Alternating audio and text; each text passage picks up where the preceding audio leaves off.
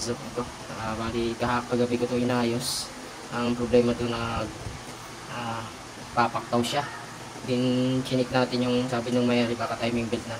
Ganyan, din chinik natin yung timing belt niya. Okay pa naman yung malaking timing belt. Yung pinanda natin na pinanda, nakita natin na magandang tahi tapos mamaya nagbabago, nagpapaktaw. Yun pala, anong nangyari ito? Ito, bali binaklas na rin natin kagabi. So jack, ayan ang model nito, 8568. Nakabili na rin ng mayari ng piyesa kaya ngayon kakabit na natin. So ito, bali binaklas ko na rito kagabi. Nung nilinis ko na rin yung isa, bali itong nakalagay. Tinanggal lang natin yung ano nito. Maraming nagtatanong nito kung may tutorial ba raw tayo nito. Meron tayong tutorial nito. Minsan sa live natin meron tayo dyan sa Facebook o kaya sa YouTube ata yun. Pero meron din tayong tutorial nito kung paano pagtanggal ng malaki o kaya maliit. Sabi ko nga may nagchat-chat sa atin dyan kung paano daw ayusin. Sabi ko hanapin nyo na lang dyan yung link kung saan, basta may tutorial tayo nito kung paano pagpalit ng timing belt nito sa jack. Kasi ito talaga yung timing belt na sa jack. Medyo may, hindi nyo alam kung saan talagang babaklasin ito lalo pag nagpalit tayo ng maliit. Ito nga yung problema. Kasi ito yung kagabi na talagang wala na, pudpud na talaga yung niya, timing belt niya sa maliit. So ito, bali binili na rin ni sir. Ito yung sukat niya, 80 by XL. So ngayon, ikakabit natin. Yun nga, dahil sa maraming nagtatanong dyan kung may tutorial pa raw tayo, ito pagkakataon nyo na rin para makita nyo na rin kung paano natin baklas ito paglagay ng timing belt ng maliit. Para sa nais matutong magmekaniko o yung mga mekaniko dyan na baguhan pa lang, chat sa atin. Kayong umasa sa mga tutorial. Inam yung kayo mismo ang makatuklas ng sira. Samahan nyo ng diskarte kung saan nagmumula yung babaklasin nyo. Itong mga tutorial ko, guide lang ito. Yung man makita yung pinaka troubleshooting ng makina nyo, sikapin yung tuklasin kung saan nagmumula ang sira o babaklasin. Kasi kung aasa lang kayo sa tutorial, parang tinapakan nyo lang yung sarili nyo. Ito payo ko lang sa inyo. So bali papakita ko sa inyo mga kasunod kung paano pagtanggal nito. So ito yung dalawang tornilyo yan, tinanggal na natin. So sisikwatin lang natin ito mga kasunod. Ganyan lang. Hindi mo kailangan pupukay ng square. Diba di-disrocket yung pinaka-gear niyan. Mga na-encounter natin yung puro UP na rin yung pinaka-gear niyan. Hindi ko alam kung paano nila tinatanggal yan. Mabilis na matanggalin yan. So bali ito na dalawang alin na siya yan. Para dito yan. Yung isa. Yung slot niya. Diyan yung binaklas na rin natin. Ito naman, dinolo ko na rin ito. Ito yung gear niya dito sa ilang. Dito may nakalagay yan. Indusot ko na siya papunta. So kung makita niyo po dito, dyan tayo. Kailangan magkaroon ng awang dyan para yung timing belt dyan natin ipapasok dito. So paano natin gawin yan? So dito muna tayo. Ito kung nakikita niyo kulay itim na yan, tatanggalin lang natin yan. Papaklasin lang natin yan. So bali ito dito, tanggalin lang natin to. Ito naman, makaka-encounter kayo na maluwag to. Ito naman talagang matigas. Pero natatanggal yan. So bali natanggalan natin yung pinakatakip niya rito. Kasi ito takip lang to eh. Minsan niya eh, di ba nito talagang sinisikwat lang kung natatanggal talaga ito. Kaya minsan pinupukpok na lang, tulak ko punta rin. So ito medyo matagal-tagal din. Yun nga sabi ko, minsan yung iba dito pag sinungkit nyo, kung madali lang tanggalin. Yung iba kasi talaga, kaya maraming nagtatanong dyan kung paano raw tanggalin. Yung pagkabit nitong shafting nito, pagtanggal. Kaya gawa nito, na ano sila dito kung paano nila tanggalin. Yan sabi ko nga, madali lang tanggalin to kung maluwag siya. Pero pag masikip, talagang mahihirapan ka. Para dito na tayo magpatulak papunta ron. Para mabilis na lang natin ilagay yung timing belt dito. Pasok na lang natin. So, mayayari niyan, pupukpukin na lang natin ito papunta ron. Kasi may lock ito, may lock pa ito siya. Ayan, yung lock niya. Ayan. Lock washer yan. Ayan. Kaya tatanggalin yan. Ayan yung lock washer niya. Tatanggalin natin yan. Pupukpukin natin yan papunta ron. Ayan. So, dito naman may dalawang paraan para matanggal itong lock washer na to.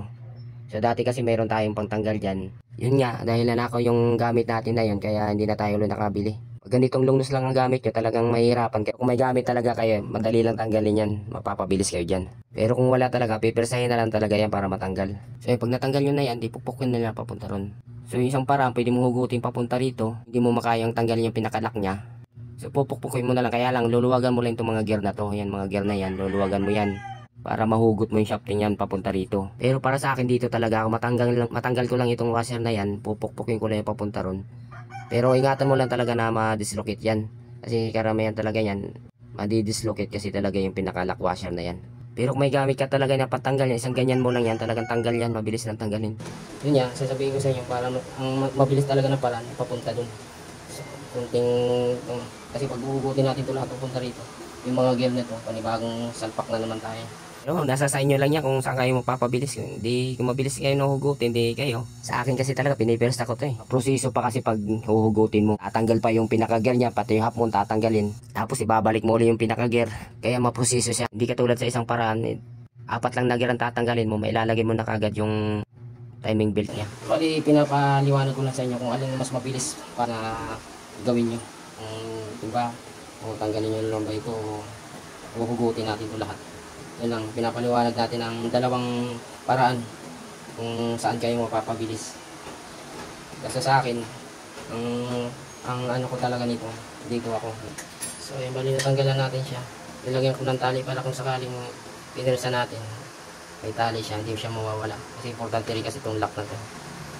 Ganyan lang mga diskarte dyan. Pero may gamit talaga niya para mapabilis tayo. Yun nga sabi ko, yung dati may gamit ako niya, mabilis lang. Alam niyo kung ano yung pang repair kit yung tawagin, mabilis lang tanggalin. Ito, ay natanggalan natin siya. So ito, iurong na natin papunta ron. Tulak na natin siya papunta ron. So ayan, wala tayong stand. Pila na kasi tayo magdala ng stand. Ito, pupukin na natin, tulak na natin papunta ron. Dali lang to. Ayan, kung nakita nyo na, ayan, may awang na siya. May chat-chat kasi sa atin dyan.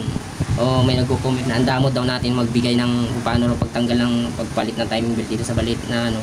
Ito kahit mga siniservisan natin, kahit tumagal tayo para lang talaga to sa, tapos sasabihin nyo sa akin ang damot ko. Pasaway, alam nga naman isusubo ko pa sa inyo. Sabi ko na sa inyo, marami na tayong vlog dyan about dito sa pagpalit nito sa YouTube channel. Tapos tayo pang mag-ano, alam niyo, busy rin tayo sa pagsiservice, kaya hindi tayo madamot yung mga ginagawa natin. Kahit marami tayong siniservice para lang sa inyo, kahit tumagal tayo rito, ang mahalaga bigyan natin kayo ng idea, kaya hindi tayo madamot sa mga kaalaman natin. Yun nga, ayan, pwede na natin to ilagay. Pasok natin to rito.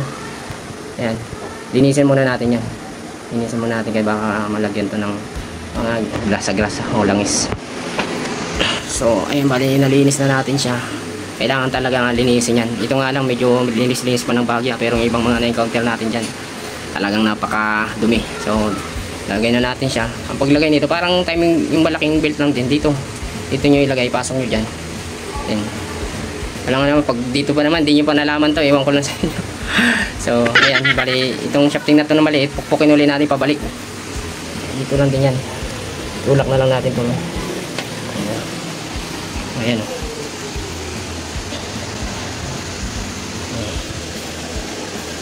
Tulak pa natin para mailabas. Oh, ayan. Tsaka na natin ibalik itong ano na to, washer lock. Ayan, balik na natin yan. Oh, ayan, ibalik na natin siya, yung washer lock niya. So dito na tayo mag-focus na.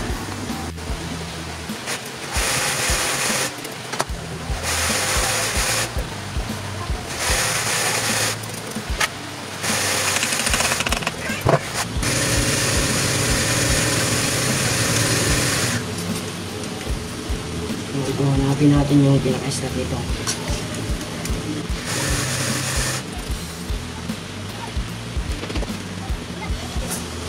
Ayan, pinaka-start niya. Ito yung pinaka-tulis niya. Pinaka-tulis sa ginawa niya.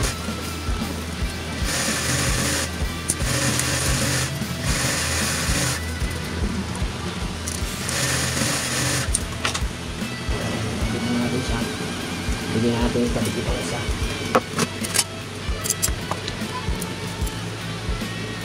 Hindi na kasi ako nagdadala ng stand. Kaya saan ko lang pinaglalagay yung cellphone ko. Tinatamad ako pag na. Dati kasi nakatutok talaga. Bahala talaga kasi marami pa tang susunod. Tagal. Pero tayo magawa kung di ganyan.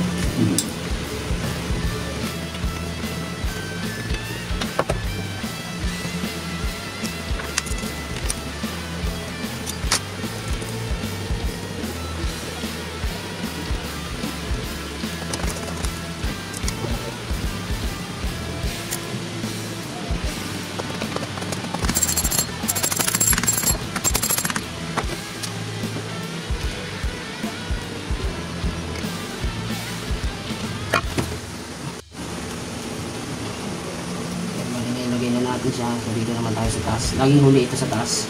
Pinagano niya. So ito natin.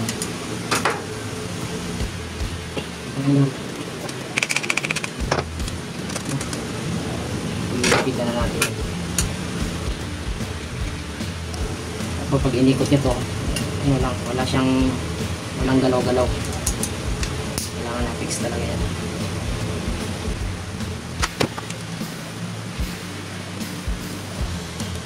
Dito na tayo.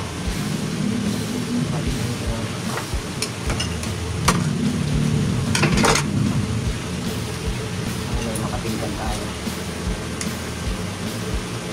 Susin natin.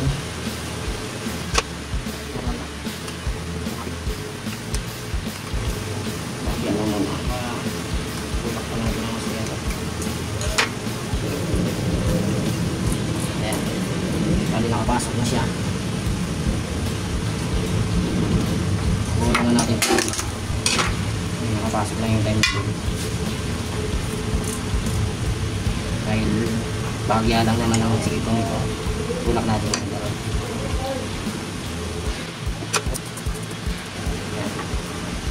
Eh, nakasinter dapat ito dito sa ano na yan. Diba? Eh, hindi dapat isasaya dito sa pinakagilid niya. Sinter lang dapat ito rito.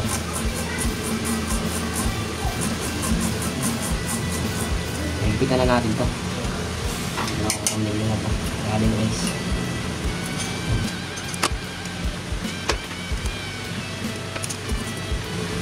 Ito walang slot ito. Kasi timing ito eh. Katulad ko sa malaki sa taas. Wala siyang slot.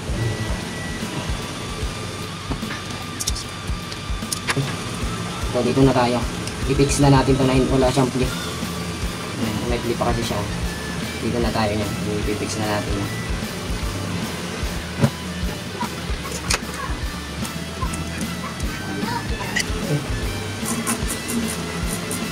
Dito na tayo magta-timing. Tapos dito. Dito na tayo magta-timing. Dito na natin. Okay na.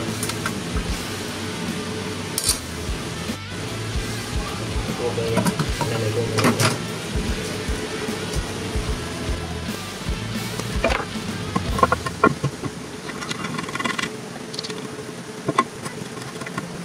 Ayun, bali dito na tayo magtatapos. Ayan natin. Dito na tayo. Ano huwag lang ito.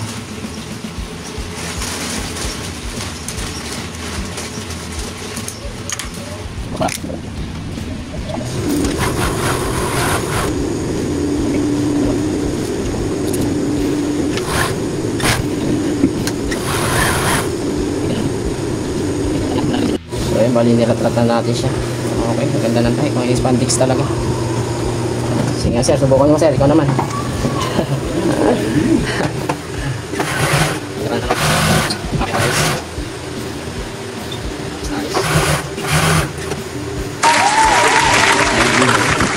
So ayun, sana may natutunan kayo sa ginawa natin. Ano. Although marami na rin yata yun itong vlog. Minsan sa live nga, meron tayo dyan sa Facebook ba o sa YouTube. Di ko na maano kung sa YouTube ba yun sa Facebook. Mas meron na rin tayong vlog dito sa YouTube natin. Sa mga nagtatanong dyan kung paano pagpalit ng timing belt nitong jack na to. Kaya iba nagagalit pa kasi napakadamo daw nating magbigay sa kanila ng ano. Kung sa tutusin lang talaga, bakit natin ipagkakadamot yung mga kalaman natin. Para sa inyo yan mga kapwa natin mananahi dyan o mga kapwa natin mekaniko dyan na medyo hindi pa gaano kaalaman sa mga ganito. Sabi ko nga, may nag-comment dyan sa atin o may nag-chat pa sa atin dyan na napakadamot daw natin. Hindi natin kailangan magdamot pag about sa mga ganitong ginagawa ko. Hindi ko na kailangan magdamot yan. Yung iba siguro hindi ko na-upload sa mga siniservice natin na marami na rin tayo na-encounter mo sa pagpalit nitong jack na to kasi talaga itong jack na to mahihirapan talaga lalo pag mga baguhang mekaniko lang. Ayan nga, may nag-chat sa atin dyan na kapwa mekaniko kung paano rin pagpalit. Sila pa magagalit kasi papasa daw ng link yung ano yan. Kayo na maghanap kasi sa akin hindi naman pwedeng isusubo ko na lang sa inyo eh. Kasi may mga service din tayo sa araw-araw. Kaya busy rin ako okay lang sa akin mag-reply. Pero pag ako pa yung maghanap ng kailangan nyo na tutorial ko, ayun na nga, may tutorial na nga tayo, tapos ako pang magbibigay ng link sa inyo. Hanapin nyo na lang yun sa YouTube channel natin o kaya din sa mga Facebook natin. So ayun, uli, salamat ulit kay Sir dito. Salamat sa tiwala sa pagpagawa ng makina niya dito sa jack. So tama-tama to sir, sa mga nag-chat sa atin dyan, nag-comment. Panuorin nyo. Yan, lahat na ng paraan binigay ko na dyan, kaya imposible hindi mo tutunan to. O, face tayo, mga kapwa natin mechanics yan ng mga pagbuhan lang. So, yun, son, salamat. Ayan, muli, on-call sewing mechanic tayo, sa nais magpa-home service dyan, ay may mga number tayo dyan sa screen. Yan yun na lang kukontakin. O kaya comment na lang kayo dyan. Mas maganda kung ipalo nyo ako sa Facebook page kasi talaga doon, update ako doon. Makikita ko yung mga comment nyo doon, hindi katulad sa dito sa YouTube na pag-uwi ko lang sa bahay bago ko makikita yung mga comment nyo kung magpapaservice kayo. Kaya follow nyo ako dyan, Sewing Mechanic Casover doon sa Facebook page natin. Mag-comment kayo doon, makikita ko kagad. Kaya updated tayo doon. So muli, hanggang dito na lang. Salamat sa inyo.